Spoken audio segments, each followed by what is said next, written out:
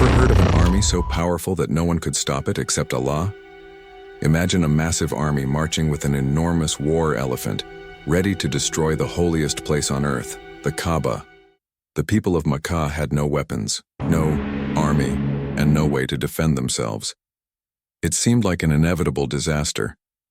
But then something extraordinary happened.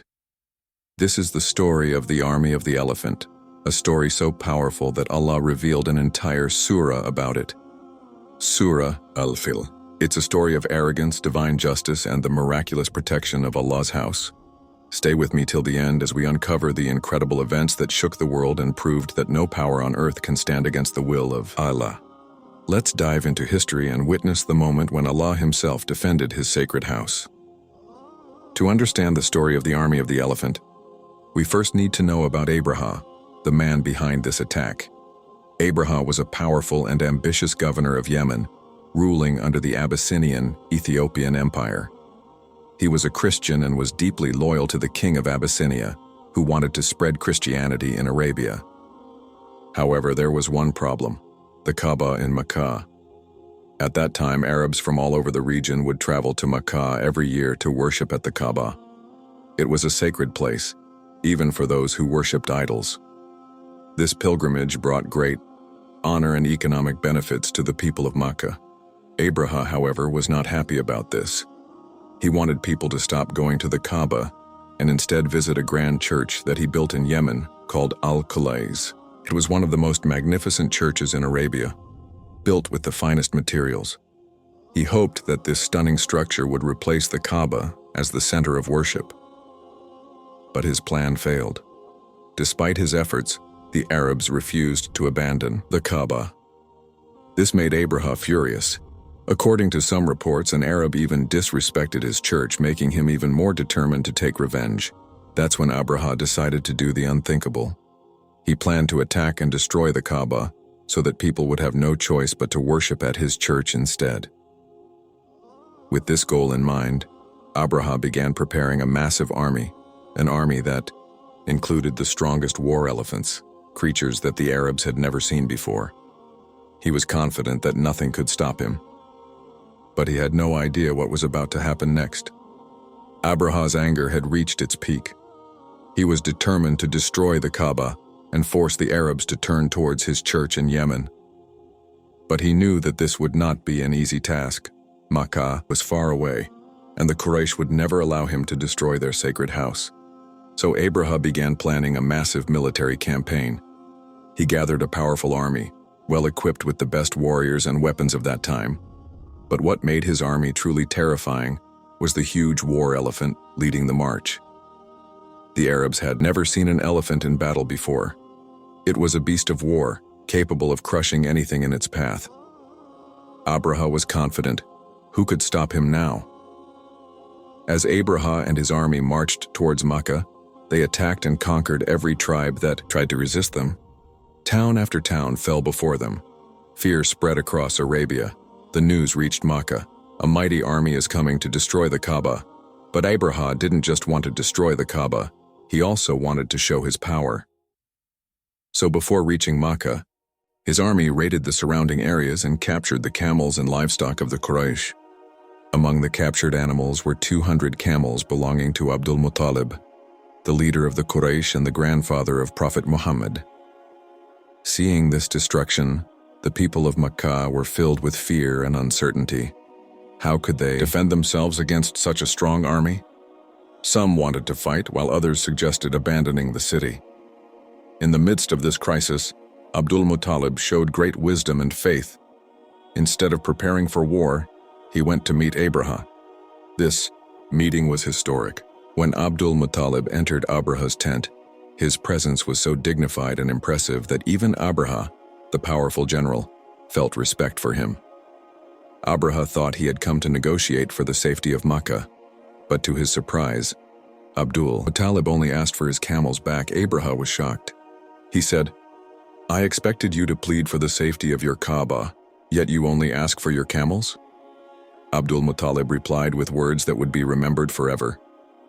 "I am the owner of the camels.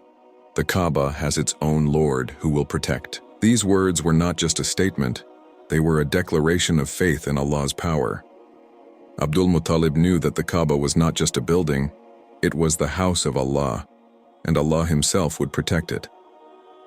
Abraha dismissed him, thinking the people of Makkah were helpless, but little did he know, he was walking into his own destruction.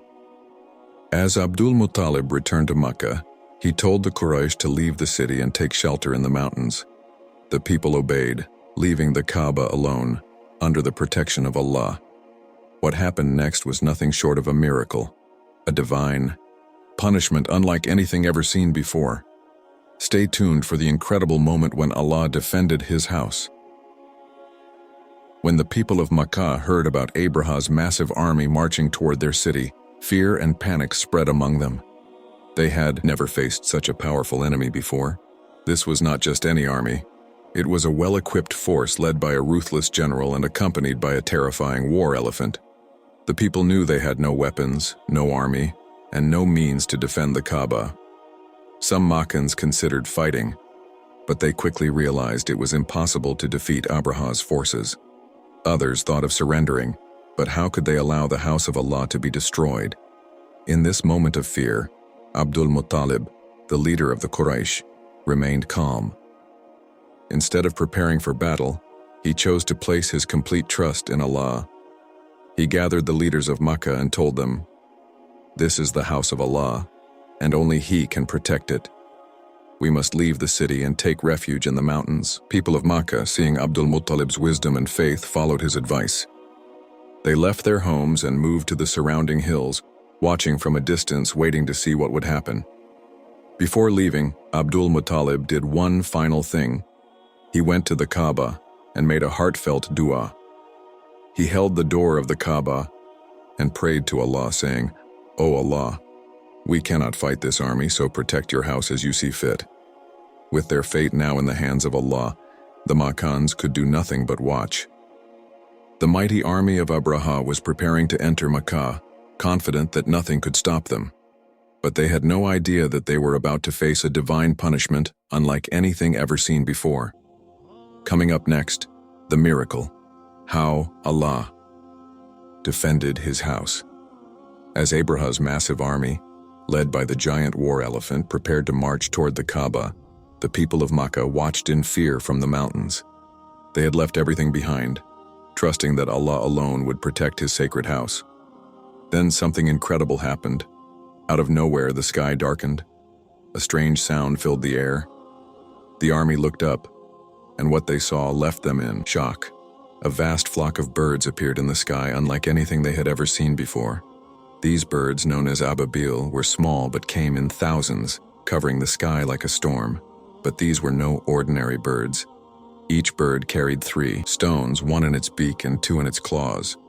The stones were small, but they were no less than divine weapons. As the birds flew over Abraha's army, they began raining down these stones. And then the unimaginable happened. The stones struck with such force that they pierced through the soldiers and animals, killing them instantly. One by one, Abraha's mighty warriors collapsed, screaming in pain. The war elephant, the great beast that was supposed to destroy the Kaaba, refused to move forward. No matter how much they tried to push it toward Makkah, it wouldn't budge. Instead, it turned back, toward Yemen. Within moments, the powerful army of Abraha was in ruins. The soldiers fled in terror, but the stones continued to rain down on them. Even Abraha himself was struck. His body began to rot, and in agony he tried to escape back to Yemen. But before he could reach home, he died a humiliating death, his body completely destroyed by the punishment of Allah. This event was so powerful that Allah revealed Surah Al-Feel in the Quran. أَلَمْ تَرَ كَيْفَ فَعَلَ رَبُّكَ بِأَصْحَابِ الْفِيلِ. Have you not seen how your Lord dealt with the people of the elephant? This was a clear sign to the world. No one can harm what Allah has protected.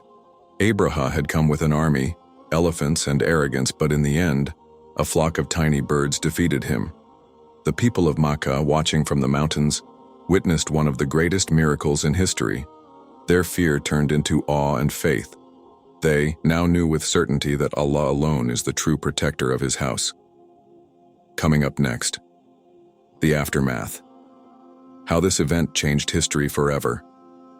As the dust settled, the people of Makkah slowly returned to their city.